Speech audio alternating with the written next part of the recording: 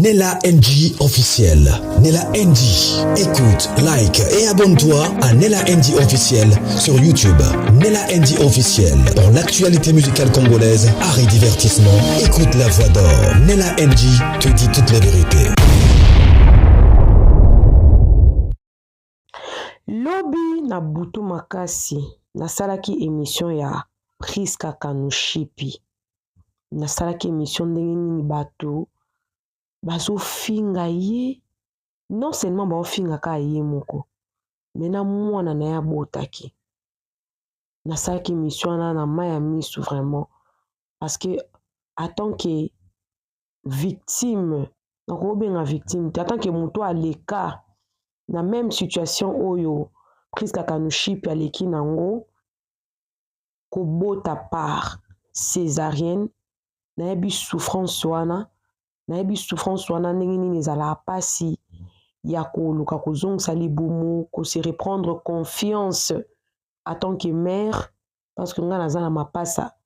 eza na bato ebele bakomeli nga na bacommentaire neti mama na biso Dadi Mavungu akomaki na commentaire ye pa bota bana ne nyonso na césarienne. Bato vraiment en tout cas bolimbisa nga parce que boza ebele oyo borépondaki positivement na émission wana, bopesi ba expérience na bino ndenge nini bobota na ba césarienne et tout, komona comment est-ce que mwasi oyo aboti na césarienne bato ole baencourage ye bakumisa meme nzambe na nsima ke ndenge mwana mwasi oyo azwi bacomplication kobota mais finalement abotaki, mais bato bandeki kofinga Priska Kanushipi epesaki pasi makasi. Parmi bato wana balandaki yango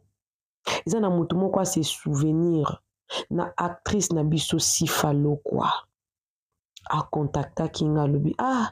Nella Chou namoni osali émission ya Priska Kanushipi ebongo Sifa Lokwa oza na banouvelle na ye te? Nga alobi mama nakozwa banouvelle na ye wapi? Nana opesa nga banouvelle na ye? So oza na banouvelle na ye pesa ngai, so oza na banouvelle na ye pesa nga, parce que Sifa Lokwa amonanaka liso na scène te, non seulement amonana na scène te, na bamatanga bacomédien amonanaka te, na bafeti ya bacomédien amonanaka te. Elle s'est complètement sortie de ce monde de comédiens. Alors la personne a dit Nella Chou, est-ce que oyebi ke eza na boeskizenge za telefone na ngai ezoningana abi oyebi ke abelaka? Nga alobi mama Sifa Lokwa lisolo ne biso nyonso toyebi yango ti, biso nyonso toyebi lisolo ya Sifa Lokwa ki abelaka. Eza kutu na mama prophétesse moko boye asalaki prophétie na ye baseri makambo oyo eyindaka makasi, alobi ki Ada ye mutu azalaki mutu oyo bautilisaki po akende kotiela Sifa Lokwa eloko soki na biloko, epi Ada Ilunga alekaka mpe adementir nga abi nga aza mosala nzambe, nga nasambelaka, nga nakosala makambo wana te. Ezalaki mpe na bato mosusu baakizaki mpe actrice mosusu oyo boyebi oyo mpe azalaka mpe na chaîne ya YouTube akotaka mpe bafilme, donc ça ne sert à rien nazongisa su lisolo wana awa. Après alobi est-ce que oyebi ke alingaka na ye azongela? Nga alobi oui, est-ce que kutu ngai est-ce que oza mutu oyo koki obanda kopesa ngai bainformation ya Sifa, parce que ndenge alingaka azongela wana ngai moko Nella Chou Nella NG officiel nasalelaka yango mpe mission, nayebaka alekaka ezalaka na tournage, je ne sais pas soki ezalaki ya Sila to ya Bellevue, mais alekaka asalaka vidéo moko ya plus de 10 minutes, alekaka vraiment aexplike biso ke non santé dérangeaki nga mokie, mais nazongeli et tout, nazalaki vraiment santé etungisaki ngai, mais koyoka ye koloba boye azalaki na mwa bapema. On comprenait ça parce que Sifa Lokwa akomaki vraiment na malade ya pema. Mais avant wana nga nayebaka Sifa Lokwa alongwaka mwa scène mokie parce que balobaki ke abandaki kobima na Omari. bakomaka ntina niveau ya oloba ke mwana oyo Sifa Lokwa abotaka papa na ye ezalaki Omari nayebaka lokola bazala kosola mpe tellement bien na Omari basalaka mpe mwa buzz na bango mo basalaka bango mbale na Omari baokumba mutuka azotuna Omari est-ce que beba aza bien totiki ye na ndako video wana mpe esalaki vraiment buzz makasi bachaîne oyo bazwaka banini bavideo mpo basala baanalyse basalaki mpe baanalyse notamment nga mpe nasalaki mpe analyse. Après, tu as ye akota ndako eleka vraiment beaucoup d'années. Je crois depuis 2015, je crois, Sifa Zala sous vraiment sur la scène T. Parce que histoire en haut, ils ont à peu près de père n'a pris Kakanoshipi. Il y a un moni lelo, nané la NG officielle, na zongi si li solo ya Sifa Lokwa, na demande ya abonné moko, oyo a yelinga information. Yes, alobi pena betango. Après alobi oyebi que Sifa Lokwa abandé ko évoluer bien parce que na 2020 a rappelé nga ko histoire bi na 2020 Sifa Lokwa azwaka prix ya Njonzing Award zaki deuxième édition bazalaki na ba Gabriel na ba Coquette ba Dinana si la pazaki na kati ba Nicole Bakata ba Naomi Barcelone na se souvenir na ngo yango moninga na lukaki photo ango poto na yo osala émission na illustré bino ango très bien donc photo ango yango oyo bozomona ngo ezalaki na 2020 siko nga mona mituna lobi mais na 2020 déjà Sifa Lokwa azalaki vraiment lisusu na scène te toi na 2023 na 2020 Sifa Lokwa azalaki vraiment sous na scène soki Sifa Lokwa asalaki film na 2020 boyelanga film wana oyo asalaki na 2020 soki asalaki je crois oui je pense que oui parce que basérie wana bandeki komeka quand même kozonga na scène ajouaka na film ya Sila ntango Sila bandaki chaîne na ye sika voilà asala film na chaîne ya Sila nayebi te soki mpe na chaîne ya Dinana je crois parce que entre 2019 2020 Sifa asalaki mwa bafilme je pense alekaki neti kaka na bachaîne mosusu te alekaki on dirait na chaîne kaka ya Sila na ya Dinana soki alekaki mpe na chaîne ya Belleville en tout cas ngai awa nazalaka na ngai ouverte bainformation na bino yango ekompletaka oyo biso toya na oyo biso toyaka nango parce que biso toza banzambe te biso toza na bacaméra te azalaki parmi bameilleure actrice na 2020 na Nzonzing Award mais après wana tomona mpe azonga esusu te mais na 2022 na bapage na ye parce que nga nazalaki abonné na ye na TikTok tobandeki komona quand même abandeki quand même kopublier je pense na 2022 entre 2021 na fin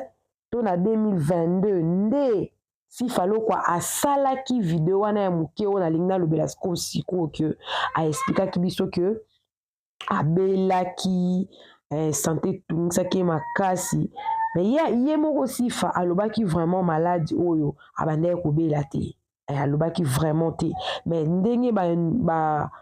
information ebimaka kaka information ebimaki ke azalaki misusu balobi ke azalaki empoisonné misusu balobi ke azalaki kaka na maladi kaka ya pema misusu balobi ke camarade na ye propre oyo asalaka mpe théâtre asalaka mpe na bachaîne na ye ntango nga nafungola chaîne sika ye mutu abwakelaki ye maladi à cause ya mobali. C'est comme si mobali moko abandeki kolinga la fille wana mosusu le même mobali wana mpe ayaki kolinga Sifa Lokwa nde sikoyo moto wana alobi effectivement Nela Chou yango mpenza nde nabengeli yo mpo il faut koclarifie eloko oyo mpo eloko oyo elongwa na mitu ya bato ke Sifa Lokwa atika théâtre mpo na maladi to atika théâtre mpo akota ndaku to atika théâtre mpo na makambo oyo elekanaki entre bacomédien yango mpenza nde Nela Chou na yeli oyo yango awa soki kutu il s'agit na peso quelque chose ata mwa koka na po tellement peut-être ezalaki na nini na ote na programme na yo te na peso quelque chose pour omeka ko faire passer biso message wana na lobi soko opesa ngai quelque chose eza up to you mais nga na besoin teke pona sa l'émission moko na clarifier bato na faire passer bato message pona ko laver mutu moko na kosala yango sans problème parce que chaîne na ngai eza pe chaîne ya kolobela ba sans voix soki ke sifalo kwa akoki jamais kosala émission moko songolo pakala pour expliquer bato pourquoi est-ce que elle ne joue plus, elle n'est plus sur scène na matanga mona na raté na fête ya mona na kate sifalo kwa a complètement disparu donc o karapenda porté disparu en dehors d'un makambu nyonso wana na oti ko expliquer tout ce que je venais d'expliquer là tout ça là boyebi na bino yango nde la personne abandi siko ko expliquer ngai bisolo oyo na lingi na betela bino sikoyo voilà donc restez branchés na lingi na beta yango nazopesa bino kaka mbote po depuis na bandaki nayaki mbamo na lisolo na bandi mbala moko beta bino lisolo napesi bino mbote te. Coucou à tous les Nela Chou, les Nela Cœur, les Nela Love, les Nela Amour et bienvenue à tous mes nouveaux abonnés, c'est-à-dire que tu es nouveau sur ma chaîne, n'hésite pas de t'abonner. Clique la cloche de notification. Aimez la vidéo, commentez la vidéo, partagez la vidéo. Ce message est très important. Lelo, toye ko laver actrice Nabiso sur base ya ba soupçon. Sur base ya ba les on dit sur base ya émission ça là oui tout ça là sur base ya makambo nyonso boyoka pona sifalo quoi la personne elle semble pardon azo sembler kozala un peu proche na mutu moko azape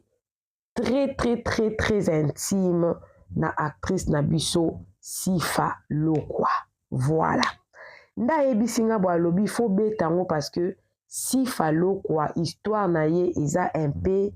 similaire na oya Fatou Miracle. Tango na oloba similaire na oya Fatou Miracle bozomona ke sifalo kwa kande bozomone bomone ndeni sifalo kwa za mwasi kitoko mwana Mswahili engambe sese mipende nkpa yes sifalo kwa anelo monte bino bokoki ko kakola na taille na nzoto bwanelo monte donc histoire na ete on lo baki eza similaire na Fatou Miracle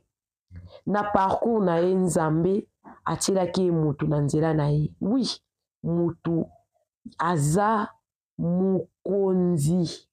Quand je dis mukonzi quand je parle de l'argent une personne qui est positionnée, très bien positionnée na mboka na biso RDC. Nazo signaler aza politicien te, mais c'est une personne bien assise, une personne qui a vraiment aimé, qui aime. La personne là, je parle au présent parce que c'est une vie présente là, une vie présente. La personne qui aime vraiment notre star et qui l'a donc à balayer, quand je dis à balayer, yes. Bino aussi au moins déjà ma photo ya Fatou Miracle ya libala na et donc ils ont un acteur mususu ba actrice mususu ba balaka na bango ba lingi na bango. Quand je dis so oya yebi compte ya sifalo quoi, il y a réseaux sociaux moko songolo pakala apesa ngai alukilanga Facebook na ye, alukilanga TikTok na ye, alukilanga Instagram na ye, bolukilanga ngo bomona asifa aza ni na TikTok, aza ni na Facebook, aza ni na Instagram. Po peu importe ata soki sifalo kwa a changea ka kombo afungoli compte ya Facebook to compte ya Instagram to compte ya TikTok kutu TikTok tanga zaki na onga na zaki na ngo tanga zaki na onga na zaki na ngo boyelanga ngo o ke ba ba photo oyo eza récente ya Sifa Lokwa bokomelanga ngo na commentaire bomona ke moto apesinga ba information oyo aza une personne proche alingaki kaka na lave ba camarade na ya théâtre parce que ba camarade na ya théâtre belé baza ba akize kuna na ba prophétie mususu ebimaka ba série makambo ya ba Ursule Pechanga eyindaka makambo ya Gomez bakendaka Nigeria ba période wana kaka année oyo ba période wana makambo ya Sifa eyaki susu ndongo na ba prophétie ebimaki nde mutu alobi lokolo beti lisolo ya prise kaka noshipi namoni ke bato baza intéressé nango nalingai po passer mbala moko message oyo pona bato pe bazala pe au courant bo laver donc mutu anga alobi baninga na ye ya théâtre bazala laver parce que na monde na bango théâtre peut-être ba fano balinga Sifa Lokwa bazala quand même apaisé na ba mitema na bango bazala na kimia na mitema na bango donc Sifa Lokwa abala mobali na ye aza responsable aozanga eloko te elle est bien assise bien cadrée et son mari mobali abala ya pesela ye mbongo aboyi ye na réseaux sociaux aboyi ye na réseaux sociaux aboyi apesa information na ye aboyi apesa position na ye aboyi alakisa elongi na ye na monde na bango ya théâtre voilà donc vérité eza que Sifa Lokwa akoma une femme mariée bien assise avec ses enfants. Son mari ne veut pas lui voir sur les réseaux sociaux dans le monde wana ya ba comédien wana monde wana ya ba comédien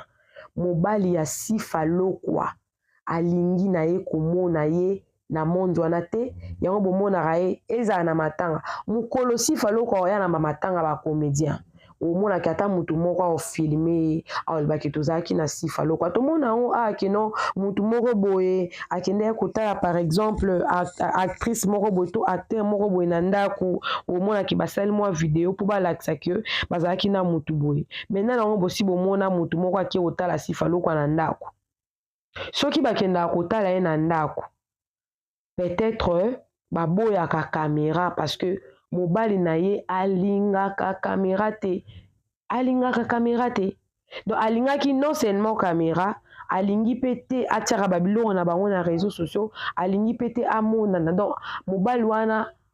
abendi ye alongoli ye complètement na monde ya visibilité na réseaux sociaux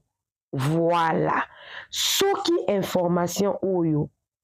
nga nela chou nazwi eza vrai c'est que lisolo oyo na beti eza po éclaircir bato bayeba sikoyo natie titre wana mpo na nini natie titre wana mpo Sifa Lokwa azalaki prête ya kozongela na ye kojoue donc message wana eza message ya 2022 oyo Sifa Lokwa apesaki ki azalaki na ye prête ya ozongela na ye kojoue kozonga sur scène kojoue kopesa biso susu guwa Sifa malheureusement il faut koyoka mobali nde biso mpe tosalaka na ba réseaux sociaux boye nde toza boye soki neti mobali na nga alobi kende la chou nalingi na nga ozalaka su na réseaux sociaux te qui suis-je pour refuser parce que so mobali asi abali yo mobali soki asi abali yo mama oza sous responsabilité ya mobali na yo sous ordre ya mobali na mobali no soki aboyi na ye yo ozala na ya réseaux sociaux mama okozala na réseaux sociaux te mpo mobali na yo aboyi na ye yo na réseaux sociaux yango mpe Sifa Lokwa asala donc alingaki azonga soki mpo na ye moko Sifa Lokwa azonga na ye na réseaux sociaux aye na ye bon réseaux sociaux ya kozonga déjà que azongi sur scène ndenge tomonaki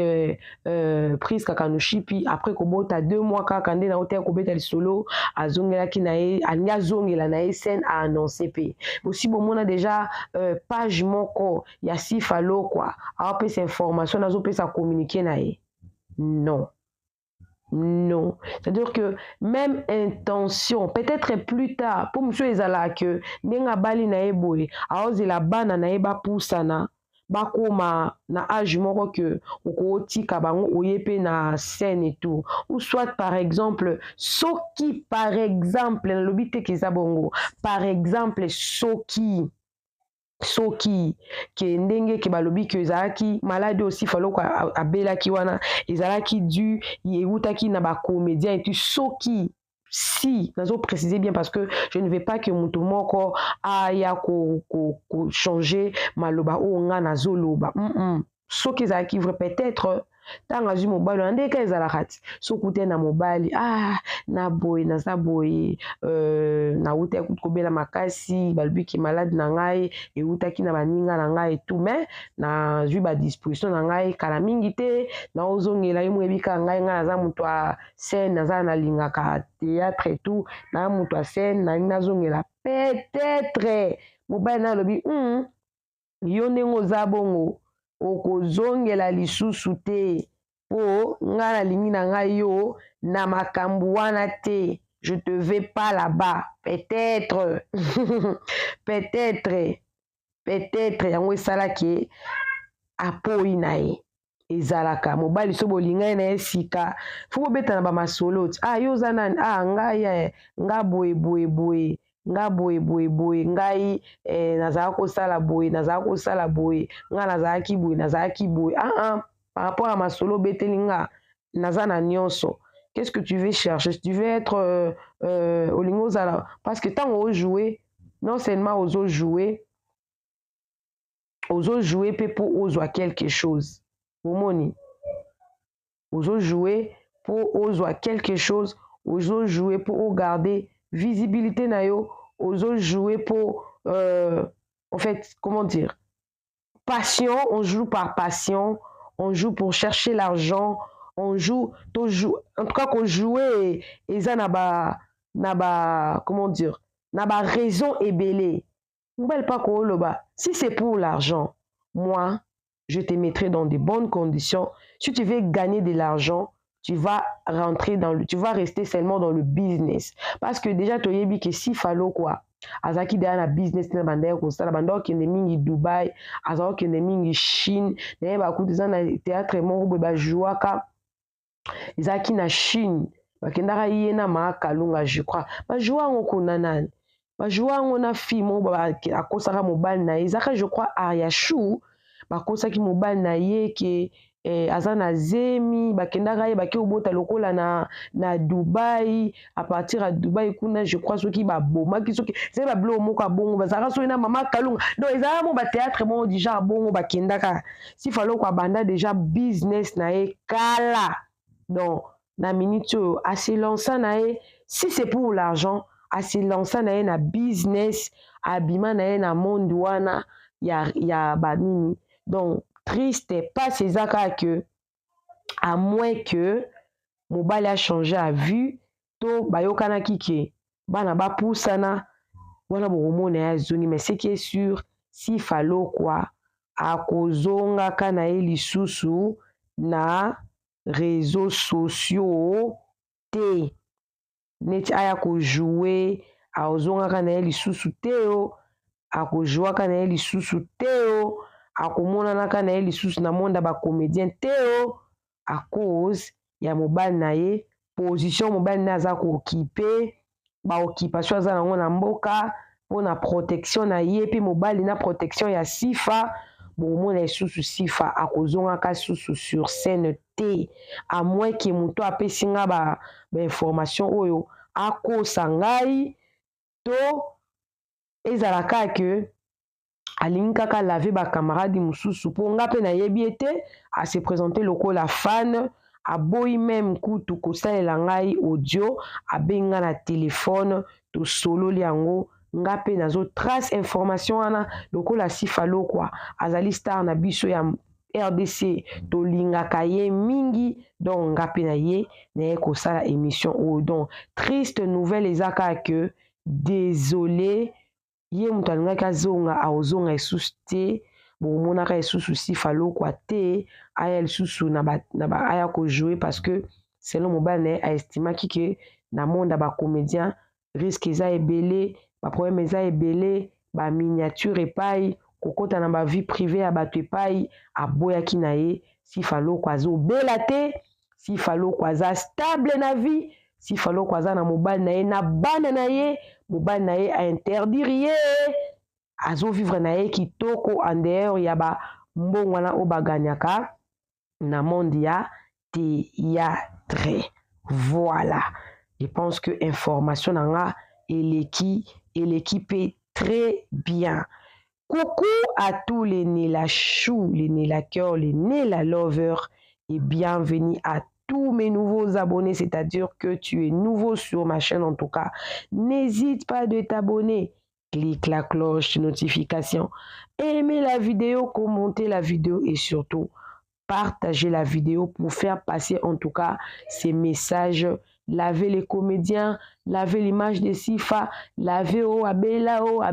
non. Il n'y a pas que ça, il y a que la douleur qui nous fait ça par rapport au titre dans que nous saka avez vraiment un souci, azon na scène pour na fan naie, mais circonstance et saigne qu'elle ne revienne plus sur scène pour vous satisfaire comme elle avait prévu, comme elle avait imaginé, comme elle avait voulu faire. Hein, l'homme propose, Dieu dispose, la disposition de Dieu n'a pas permis. Voilà, le message est passé. Tu étais nouveau sur ma chaîne en tout cas. N'hésite pas de t'abonner, clique la cloche de notification, aimez la vidéo, commentez et surtout partagez. On se retrouve prochainement. Bisous, que Dieu vous bénisse abondamment.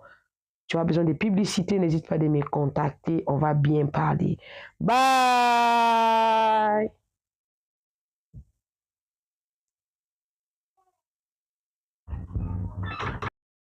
Nela NG officiel. Nela NG.